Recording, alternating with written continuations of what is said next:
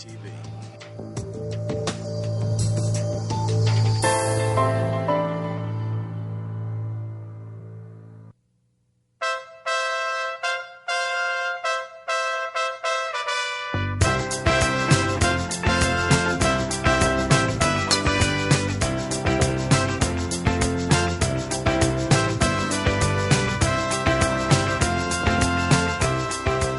Hello, I'm Fulton County Commissioner William Bill Edwards.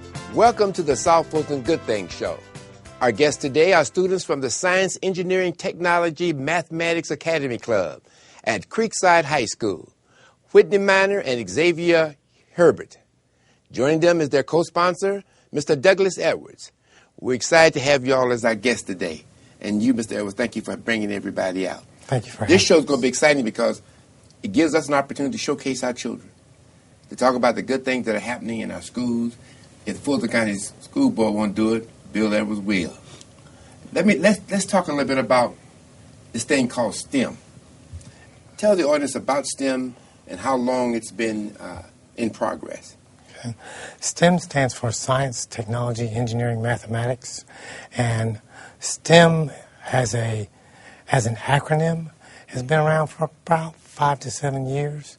It's coined by the National Science Foundation as a way to focus not only high schools but colleges and industry in terms of building toward what they call the STEM pipeline, so that we increase our innovation in technology, in science, which builds industry. Mm-hmm. And what are some of the STEM projects, what are you focusing on at the school in particular at Creekside? Mm-hmm. At Creekside in particular, we're doing 3 projects. One is a go-kart that we're going to power by biofuel. So we're going to take the waste vegetable oil out of the cafeteria, so think of it like Crisco. Yes. And turning it into fuel for a go-kart, and that the students will race that go-kart. That means I got to pay more for Crisco.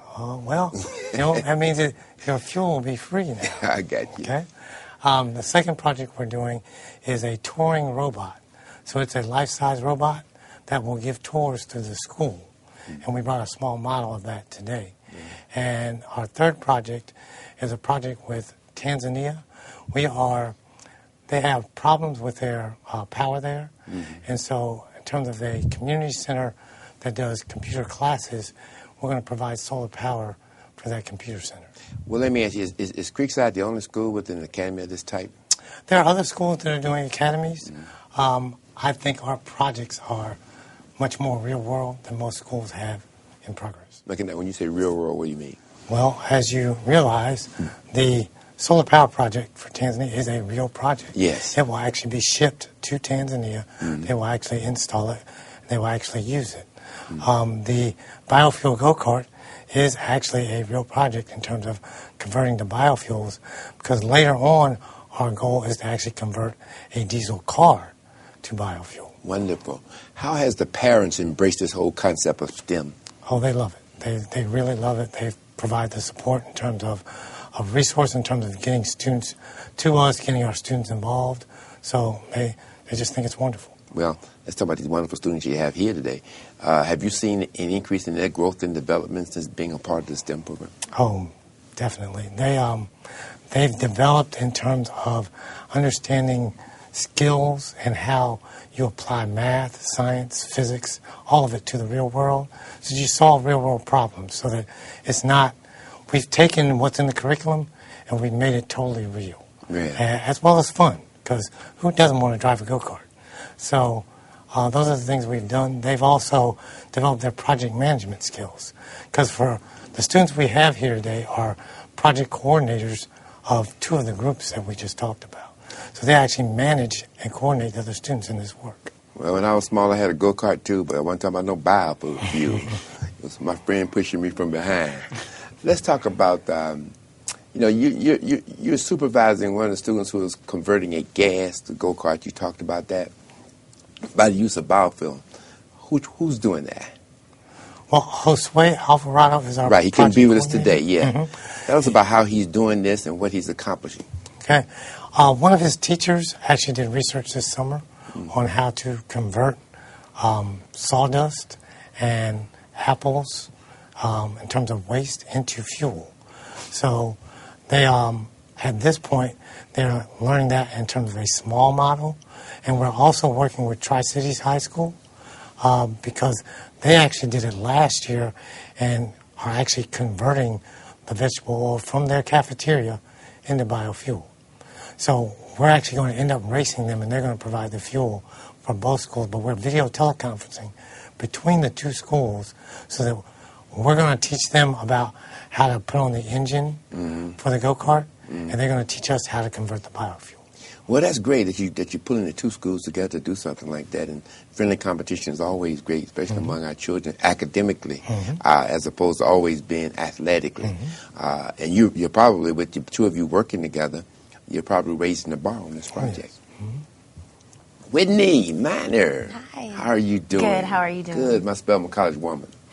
You're designing a lifestyle touring robot, right? Yes. Tell us about it.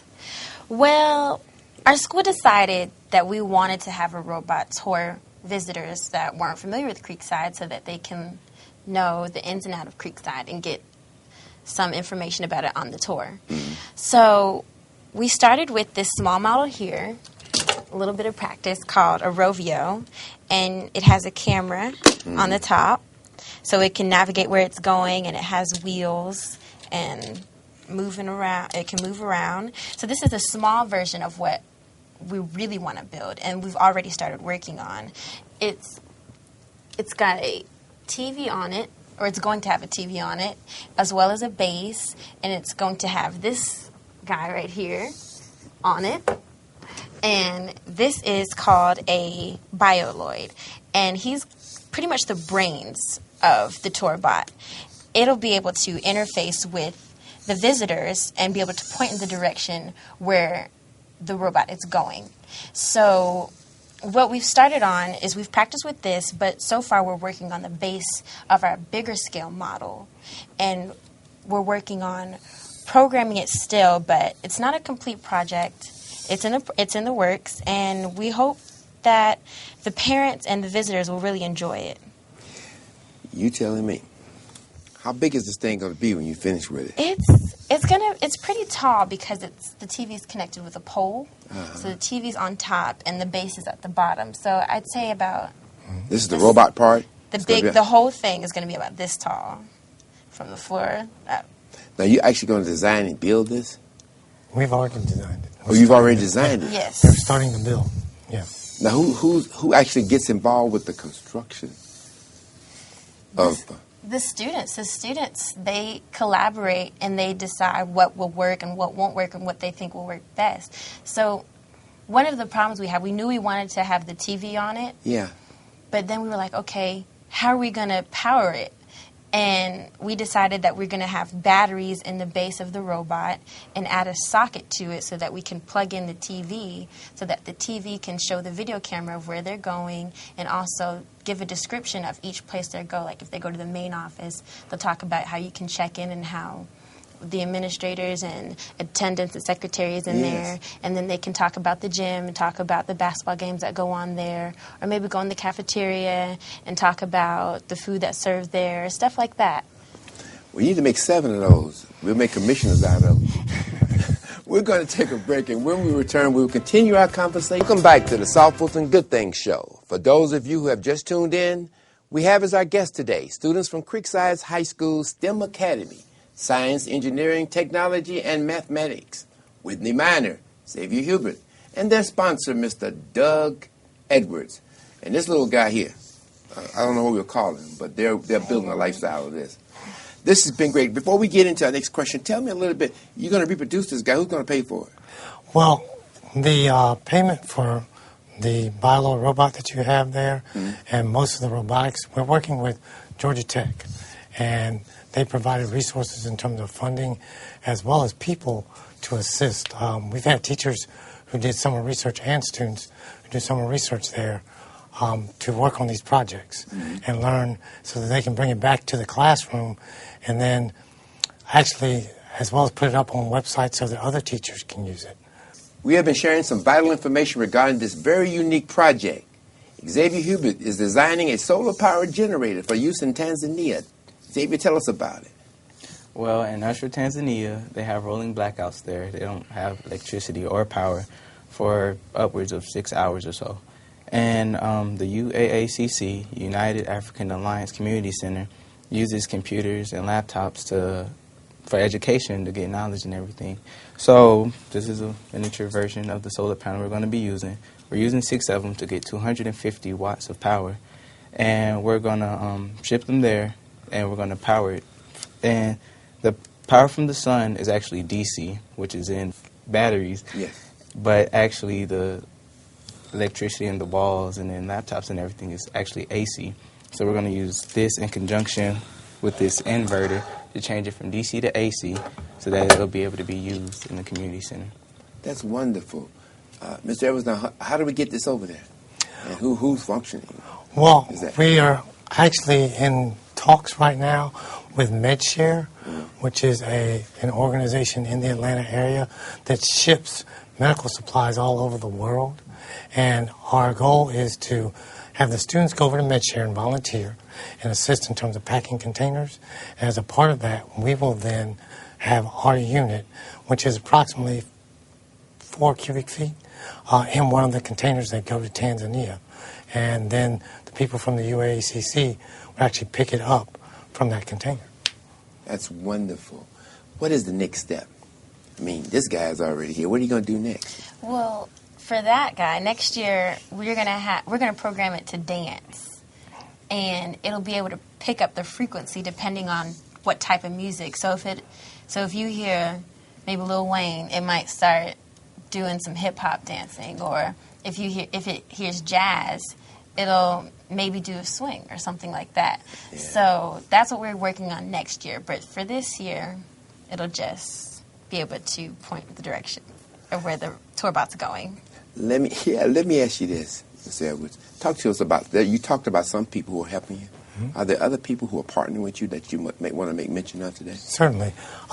We actually received a grant from the McCarthy Dressman Education Enrichment Foundation. Mm-hmm. That grant was focused mainly on the Tanzania project, and it has provided us with the resources to go ahead and purchase the materials, some of which you see right here, so that we can go ahead and build a solar power generator.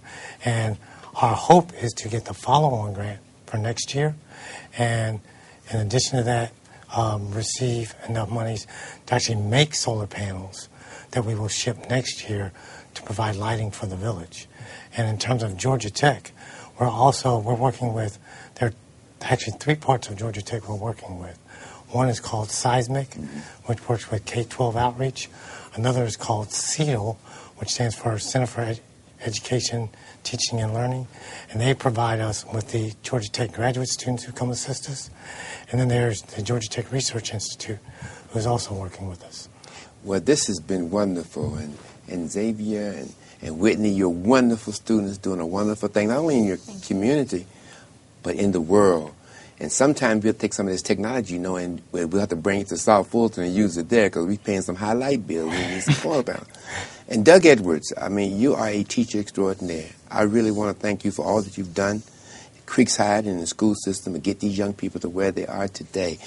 This is fantastic stuff. Everybody doesn't play football or sports. We got good children out here who are doing some fine things academically, and this little guy here is just an example of what we can do and we're going to continue to do, and we appreciate you all. But you need to go to Morehouse and you need to go to Spelman, to continue your education so you can, add a little something to what you already got. Thank you.